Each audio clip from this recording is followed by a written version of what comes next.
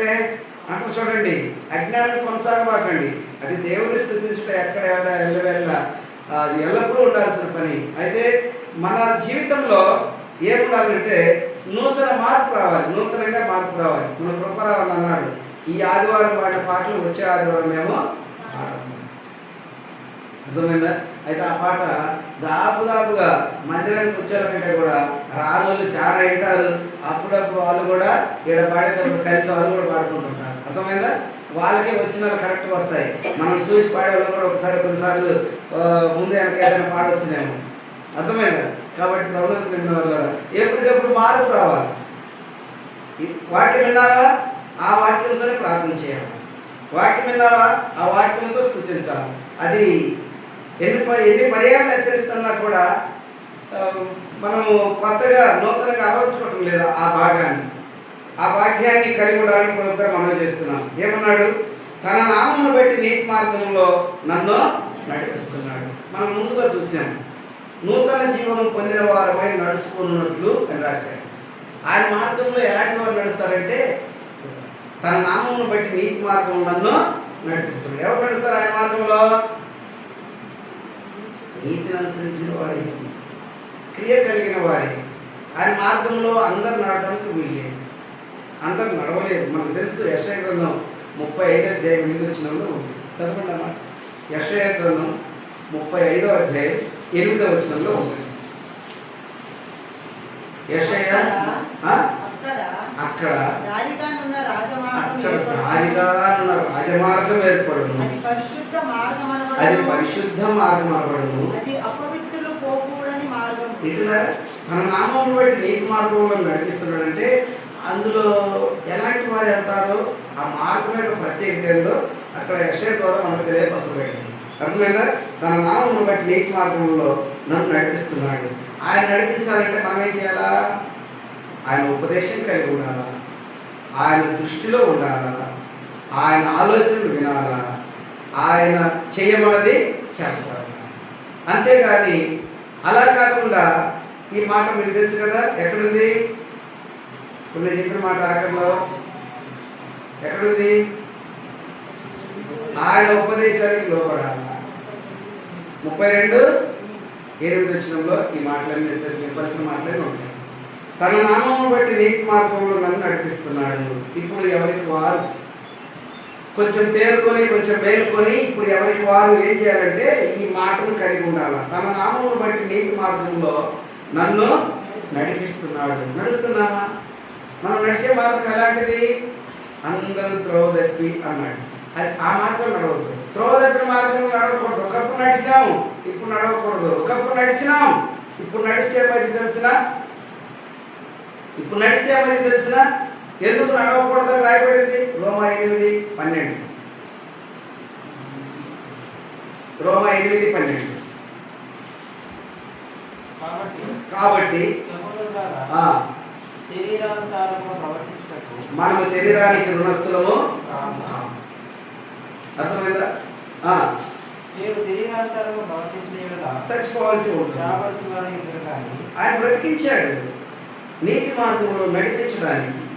ఆయన బ్రతికించాడు తన కాపుదల్లో నేను ఉంచడానికి. ఆయన బ్రతికించాడు శాంతి మార్గంలో నేను స్థిరపరచడానికి. ఆయన బ్రతికించాడు నీ జీవితం ద్వారా ఆయన మైండ్ తెచ్చుకోవడానికి. ఏం చేస్తున్నాడు? మళ్ళా ఆలోచన, ఆయన ఉపదేశాన్ని అంగీకరిస్తే, ఆలోచనకు లోబడితే, ఆయన దృష్టిలో ఉంటే, అటు కాకుండా ఆయన దృష్టిలో నువ్వు ఉంటే ఆయన నడిపిస్తాడంట నీతి మార్గంలో. తన నామమును బట్టి నీతి మార్గంలో నన్ను నడిపిస్తున్నాడు. ఇక్కడున్న అందరం చెప్పగలుగుతామా? చెప్పలేము, పాత్రలు చేస్తాము. ఆయన మార్గములలో తన నామమును బట్టి నీతి మార్గంలో నన్ను నడిపిస్తున్నాడని మనం అందరం చెప్పగలిగిన ధైర్యం ఎప్పుడు వస్తాయంటే వాటి ప్రకారం బ్రతికితే వస్తాయి. మనం చెప్పిన తర్వాత మన మాట వినోలు కూడా మనల్ని పరిశీలన చేస్తారు. అప్పుడు మనం అక్కడ ఎత్తిగా ఉండకూడదు, వెలితి పడకూడదు. వెలితి అంటే తెలిసిన మనం జీవించాల్సిన జీవితాన్ని పక్కన పెట్టి మరొక జీవితం జీవిస్తాం. అదే ఎత్తి. ఇంకేం రాస్తాడు ఇక్కడ? మనము 23:4 గాఢంధకారపు లోయలో నేను సంచరించినను ఏ అపాయమునకు భయపడదు. ఎందుకు తెలిసిన? ఆయన నడిపిస్తున్నాడు కదా, ఆయన ముందుగా ఉన్నాడు కదా, ఆయన కాపరి కదా, అందుకు భయం లేదు. గాఢంధకారపు లోయలో సంచరించిన ఏ అపాయమునకు అర్థమవుతుందా? అపాయాలంటే మామూలుగా రెండు రకాలు వస్తాయి. లోకంలో కూడా కొన్ని అపాయాలు వస్తాయి. పౌలు అంటాడు, అపాయములు ఉన్న అపాయం లేని వారు తప్పించుకోవడానికి ఆయన మార్గాన్ని చూపిస్తాడు, తప్పించి తొలగించి నడిపిస్తాడు. గుర్తుపెట్టుకోండి. కాబట్టి గాఢంధకారపు లోయ. గాఢంధకారం అంటే మొట్టమొదటి పాపమే. అర్థమైందా? మొదటి పాపమే. గాఢంధకారపు లోయలో సంచరించిన ఈ భూమి మీద ఉన్న కాలం అంతా ఏముంటది? చుట్టూ విశ్వాస జీవితంలో చుట్టూ ఏముంటది? ఒక మొలక ఉంటుంది, దాని చుట్టూ ఏముంటది? కలుపు ఉంటుందా ఉంటుందా? ఆపదలు గాఢంధకారానికి సాదృశ్యం. ముందుకు పోవడం బాగుండదో తెలియదు, అంతగా ఉంటాయి. గాఢంధకారపు లోయ పాపం. ఈ భూమి మీద నువ్వు ఉన్నంత కాలము ఏమన్నాడు? గాఢంధకారపు లోయలో నేను సంచరించిన ఏ అపాయమునకు ఎందుకు తెలిసిన? నీవు నాకు తోడుగా ఉన్నావు. ఎక్కడున్నా ఈ భూమి మీద ఆయన ఎలా ఉన్నాడో భూమి మీద అలా ఎరిగితే అది గాఢంధకారం కావచ్చు, మరొక అంధకారం కావచ్చు. దేవుడు తన ప్రజలైన వారిని ఎన్నడూ విడవడు. ఆయన ప్రజలైన వారికి ఎలాంటి కాపుదల తెలిసిన ఆయన ముందు ఉంటాడు, ఆయన వెనుక ఉంటాడు, చేయబట్టి నడిపిస్తాడు. ఎప్పుడు ఆయన ఎట్టివాడై ఉన్నాడో మనం అట్టివారమై ఉంటే. అంతేగాని వాక్యం మీద చాలా చాలా దినాల నుంచి వింటూ వింటూ వింటూ ఒక మాటన్నా మనలో ఆ మాట లేకపోతే మనం అట్టివారం ఎట్టయితాము? అర్థమవుతున్నాయి మాటలు? వింటున్నా తలకాయలు సైడ్ బాబు. ఆయన ఎట్టివాడుగా ఉన్నాడు, అట్టివారుగా ఉన్న వారికే ఈ కాపుదల. అట్టివారే ఈ కాపుదల ఉంటారు. ఈ అపాయములకు భయపడను, నీవు నాకు తోడయుందు, నీ దుడ్డు కదా నీ దండం నన్ను ఆదరించును. నీ దుడ్డు కదా నీ దండం నన్ను ఆదరించును. ఈ రోజుల్లో ఇక్కడ మనం ఒక మాట చూస్తాం. ఇది మన పితరుల పట్ల జరిగిన విషయం. నా శత్రువులు ఎదుట నీవు నాకు భోజనము సిద్ధపరుస్తూ నూనెతో నా తల అంటి ఉన్నావు, నా గిన్నె నిండి నా శత్రువులు ఎదుట నీవు నాకు భోజనం సిద్ధపరుస్తూ. ఇది మన పితరుడు దావీదు మహారాజు పట్ల దేవుడు జరిగిస్తా వచ్చిన కార్యం. సామెతలు 16:9 మాట ఉంటుంది.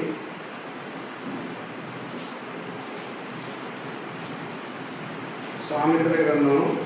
అక్కడ తాను చేయకూడని పదవిని నడిపిస్తున్నాను, యెహోవా వారి నడకను స్థిరపరచును.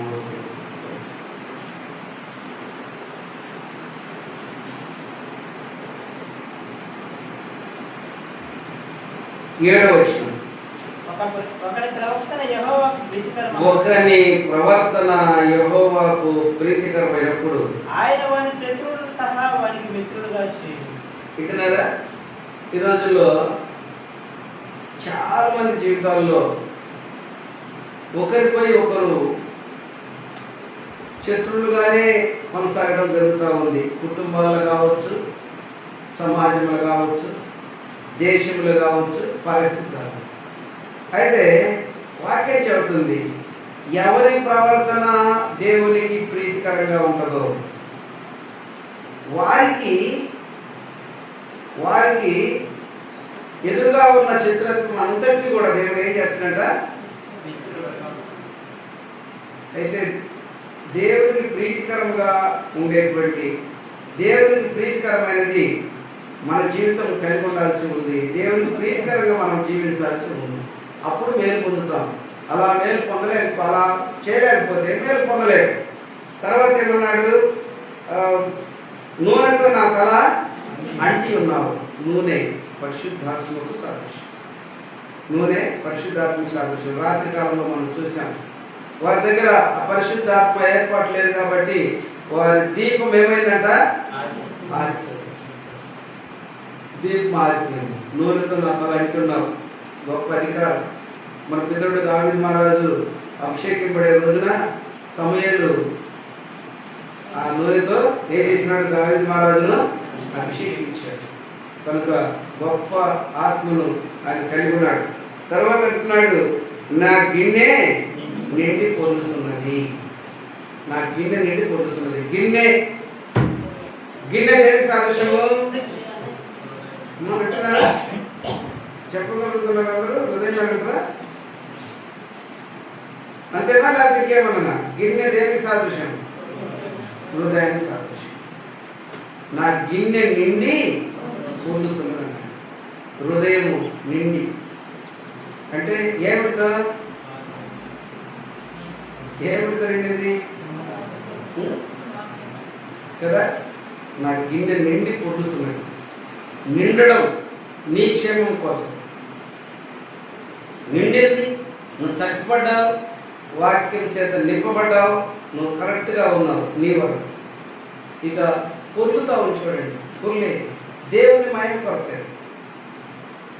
నీలో నుండి జరిగించే కార్యాలను బట్టి దేవుడు మహిమపరచబడతా ఉంటాడు.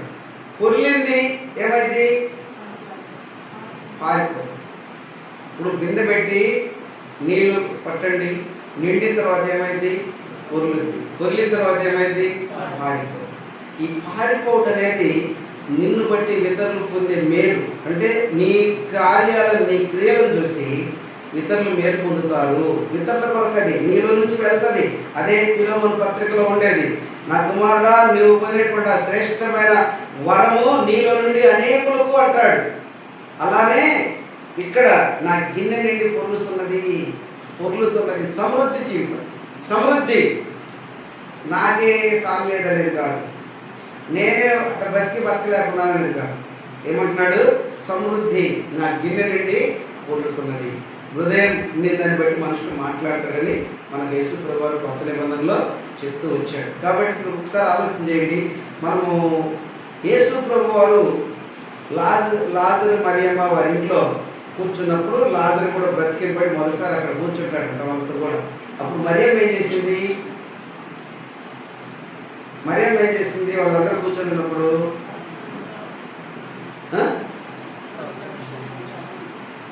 ఏం చేసింది మరియమ్మ?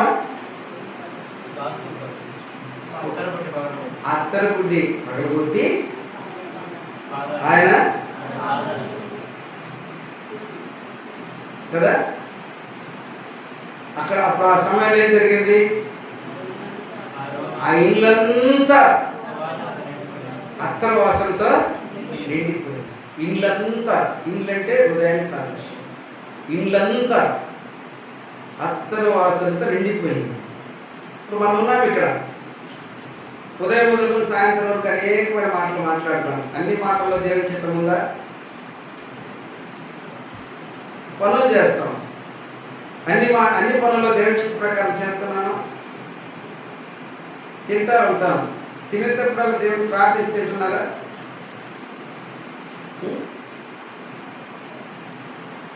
తినేటప్పుడల్లా, నీళ్ళు తాగేటప్పుడల్లా దేవుని స్తుతించి చేస్తున్నారా?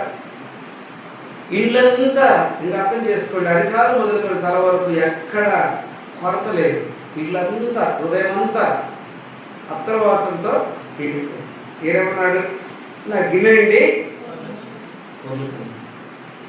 మరి మనం అలాగా ప్రతి విషయంలో, మాటలు కావచ్చు, ప్రవర్తనలు కావచ్చు, జీవితాలు కావచ్చు, మనం చేయాల్సిన పనుల్లో కావచ్చు, ఎక్కడైనా సరే కొరత లేకుండా జీవించే జీవితము మనం కలిగి ఉన్నామా? అలా కాకుండా ఆదివారం మాత్రం మీద 4 మాటలు వినడానికి వస్తాము, ఆ తర్వాత మన ఇష్టము. అలాంటిది ఈ రూట్లోకి రాదు. అప్పుడు కాపురు ఎవరు? అర్థం కావాలి, అందరికీ అర్థం కావాలి, కొందరికి కాదు. అలాంటి టైంలో ఏదో వారానికి మాత్రం ఒకరోజు మనం పరిమితం అయిపోతే, వారం రోజు ఒకరోజు మాత్రం మనం దేవుని మాటలు వింటూ ఉంటే, మిగతా సమయం అంతా మనం ఎవరు ఆధీనంలో ఉన్నాము? అది న్యాయం అంటారా? ఆలోచించి మనం ఎలా జీవించాలా, ఏ విధంగా జీవించాలా, ఎవరి కోసం జీవించాలా అన్న విషయం కూడా మనకు క్లియర్గా మొదటి భాగంలో అర్థమైంది. మరి వినలేదు, అర్థం కాలేదు, ఏం జీవిస్తాం? ఏమన్నాడు? నా గిన్నె నుండి పొర్లుతుంది. మనం మాట్లాడే ప్రతి మాటల్లో పౌలు గారు చెప్పాడు కదా, మీ అందరికీ గుర్తుందా? కొలస్సీ 4లో 6వ వచనంలో ఎట్లుండాలా? మన మాటలు కావచ్చు, మన సంభాషణలు కావచ్చు, మన పనులు కావచ్చు, ఎట్లుండాలా? కృపాసహితమైనవిగా, ఉప్పు వేసినట్లుగా కృపాసహితమైనవిగా ఉండాలి. ఉప్పు స్వాధీనంలో ఉంచుకో.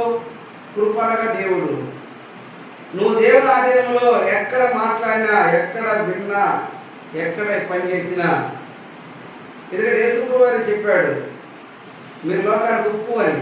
ఉప్పు స్థానంలో నువ్వు ఉండు. ఉప్పు ఎక్కడైనా తగ్గితే ఎట్టుంటుంది? సత్వంగా ఉంటుంది. ఒక విశ్వాసి ఎలా ఉండాలంటే పవిత్రంగా, పరిశుద్ధంగా ఉండాల్సి ఉంది. అలా లేనప్పుడు ఆలోచన చేయండి, అది సారం లేని ఉప్పు అవుతుందని రాయబడింది మత్తయి సువార్తలో. సారం లేని ఉప్పును ఏం చేస్తారు? సారం లేని ఉప్పును బయట పారేస్తారు. అంటే అది అవమానము చూపిస్తారు. బయట పారేయడం అంటే అవమానము చూపిస్తారు, వచ్చే అపకీర్తిని చూపిస్తారు. కానీ మనం అలాగా దేవుని సన్నిధి కలిగి ఉండి కూడా అలా బ్రతకూడదు. అందుకే బైబిల్లో ఏ మాటలు మన కోసమైతే రాయబడ్డాయో అవన్నీ మనము చేయవలసిన వారమై ఉన్నామన్నది బైబిల్ నేర్పిస్తూ ఉంది. మన కోసం రాయబడ్డవన్నీ మనం చేయాలి. మన కోసం రాయబడ్డాయి మనం చేయకపోతే మన విషయంలో ఎవరు చేస్తారు? మన విషయంలో ఏదైతే మనం చేయలేమో అది ఆయన చేసి వెళ్ళిపోయాడు. ఇక చేయాల్సిన పని మనకు మిగిలించి ఉంచాడు. ఎందుకంటే యోహాను సువార్త 14:12 చూడండి ఏమంటాడో.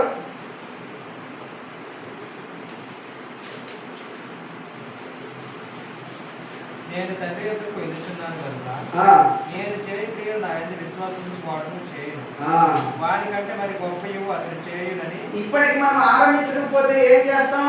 ఎప్పుడు చేస్తాం? దేవుడు చెప్పిన మాట ఇప్పటికి మన జీవితంలో ఆ క్రియలు, ఆ పని మనం చేయలేకపోతున్నాం కదా, చేయలేదు కదా. ఇప్పటికి మనం చేయలేదు. అయితే ఇంకెప్పుడు చేద్దాం? శిష్యులతో మాట్లాడుతూ వచ్చాడు ఆ మాట. శిష్యులు అంటే ఎవరెవరు? పాత్రలు చేసే వాళ్ళందరూ శిష్యులే.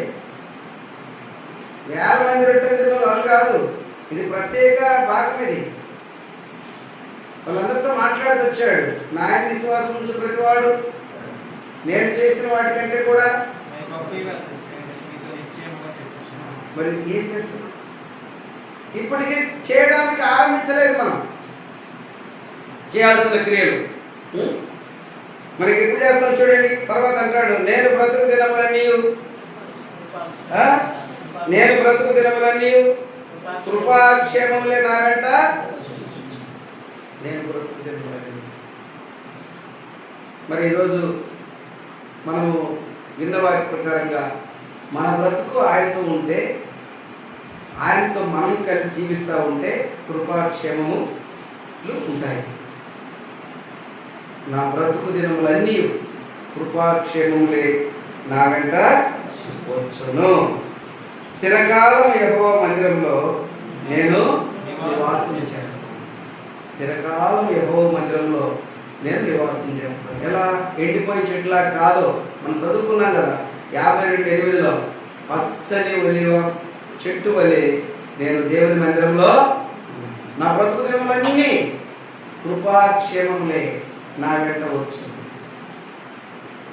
ఎవరి పట్ల ఈ ప్రత్యేకత ఉంది? ఎవరి పట్ల ఈ మాటలు ఉన్నాయి?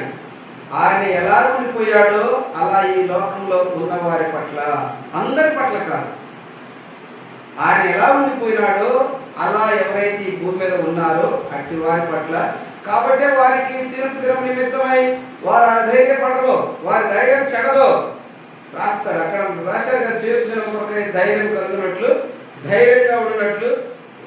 రాత్రి మనం చూసాం 10 మందిలో 5గురికి ధైర్యం చాలలేదు కదా, 10 మందిలో 5గురికి ధైర్యం లేదు. అయితే తీర్పు దినాన ధైర్యం కలుగునట్లు ఆయన భూమి మీద ఎలాగా జీవించిపోయాడో, ఆయన ఎట్టివాడై ఉన్నాడో అట్టివారు మనం అయ్యుందాము అని రాశాడు. అట్టివారి పట్ల ఈ భాగం. ఆయన ఎట్టివాడై ఉన్నాడో అలా ఉన్నవారికి ఈ భాగం. మతస్థులకు, కులస్థులకు, మతం మారినలకు, కులం మారినలకు కాదు. తీర్పు దినాన ధైర్యం కలిగింది. తీర్పు దినాన ధైర్యం వాళ్ళ కాదు, యేసుప్రభువు ఒక మాట చెప్పాడు స్పష్టంగా. ఏం చెప్తున్నాడంటే, పరలోకమందున్న నా తండ్రి చిత్త ప్రకారం చేయవాడే. ఇందులో మతము కులమేమి ఉండదు. పరలోకమందున్న తండ్రి చిత్త ప్రకారం చేయవాడు. మనం చూసాము ఇక్కడ. అట్టివాడికే రేపు తీర్పు దినములో ఎలాంటి కొరత లేకుండా ధైర్యంగా నిలబడి కదా పొందాల్సిన మేలు పొందేదానికి ఇక్కడ మనం చూసిన ప్రకారంగా ఏమన్నాడు? స్థిరకాలం. భూమి మీద ఏ మనుషుడు స్థిరకాలం అంటే ఎంతకాలము? భూమి మీద మనుషుడికి 70 లేదంటే 80. ఈ 70-80లో చాలా మంది ముందు వెనక వెళ్ళిపోతూ ఉంటారు. దేవుడు ఇచ్చిన అవకాశాన్ని చాలా మంది పొందుకోలేదు. కానీ స్థిరకాలం అంతా అది కాదు. మరొక చోట యుగంలో ఉంది. మరొక చోట ఎక్కడ? యోహాను సువార్త 5:24 చదవండి. యోహాను సువార్త 5:24 చదవండి. నా మాట విని నన్ను పంపిన వారి యందు విశ్వాసముంచువాడు నిత్య జీవం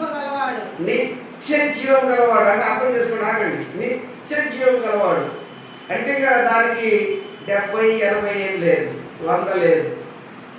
నిత్యం. ఇది దీనికి ఆపుదం లేదు, దానికి పరిమితం లేదు. ఇక ఇంత ప్రతిదానికి ఒక డేట్ పెడతారు. ఇంత ఆవిష్కారం కూడా పెట్టాడు కదా దేవుడు.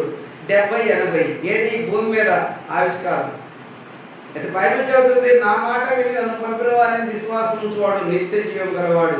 వాడు తీర్పులోనికి రాక మరణమును దాటి జీవంలో ప్రవేశించాడు. జీవానికి ఇక ఇంతని లేదు, నిత్య జీవం. ఇంకా యుగయుగములు సర్వయుగములు దేవునితో కొనసాగేటువంటి, దేవునితో జీవించేటువంటి జీవం. యుగయుగములు సర్వయుగములు అన్న సంగతిని జ్ఞాపకం పెట్టుకోవాలని ప్రభు పేర మనం చేస్తున్నాం. అర్థమైందా? అన్ని విషయాల్లో దేవుడు తోడుగా ఉండి నడిపించును గాక.